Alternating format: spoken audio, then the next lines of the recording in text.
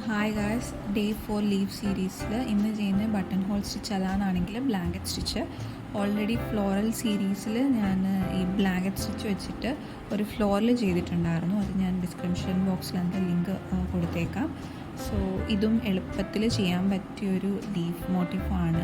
കുറച്ചും കൂടെ എന്താ പറയുക, ഡെക്കറേറ്റീവായിട്ട് അല്ലെങ്കിൽ ഒരു എംബോസ് ചെയ്ത് നിൽക്കുന്ന ഒരു രീതിയിൽ വരുന്ന ഒരു സ്റ്റിച്ചാണ് ഈ ഒരു ബട്ടൺ ഹോൾ സ്റ്റിച്ച് അല്ലാന്നാണെങ്കിൽ ബ്ലാങ്കറ്റ് സ്റ്റിച്ച് എന്ന് പറയുന്നത്.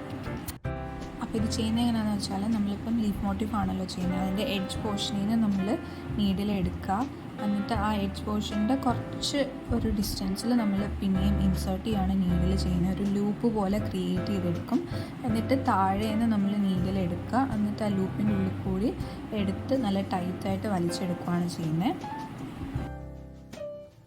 ഈ ഒരു പ്രോസസ്സ് നമ്മൾ കണ്ടിന്യൂസ് ആയിട്ട് ഈ ഒരു ലീഫിൽ ചെയ്ത് പോവുക ചെയ്യുന്നത്. അപ്പോൾ നമ്മൾ ഈ ഒരു ലൂപ്പ് ക്രിയേറ്റ് ചെയ്യുമ്പോൾ അതിൻ്റെ ഡിസ്റ്റൻസ് കറക്റ്റായിട്ട് വേണം പോകാൻ.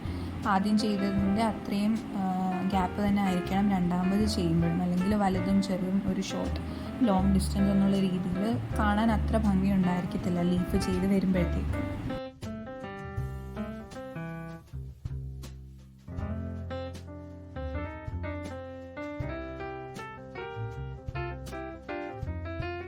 അപ്പോൾ ഇത് ഫിനിഷ് ചെയ്യുവാണ്. ഫിനിഷ് ചെയ്യുമ്പോൾ ബ്ലാങ്കറ്റ് സ്റ്റിച്ച് നോർമലി ചെയ്തു പോകുന്നത് പോലെ ചെയ്തു പോയിട്ട് ഫിനിഷ് ചെയ്യുകയാണ്, ഒരു സൈഡ് ഫിനിഷ് ചെയ്യുകയാണ് ചെയ്യുന്നത്. പിന്നെ ഡൗട്ട് വരുമ്പം ഇത് കട്ട് ചെയ്ത് സ്റ്റിച്ച് ഇട്ടിട്ട് കട്ട് ചെയ്ത് പിന്നെയും സ്റ്റാർട്ട് ചെയ്യുകയാണ്, അങ്ങനെയല്ല ചെയ്യേണ്ടത്.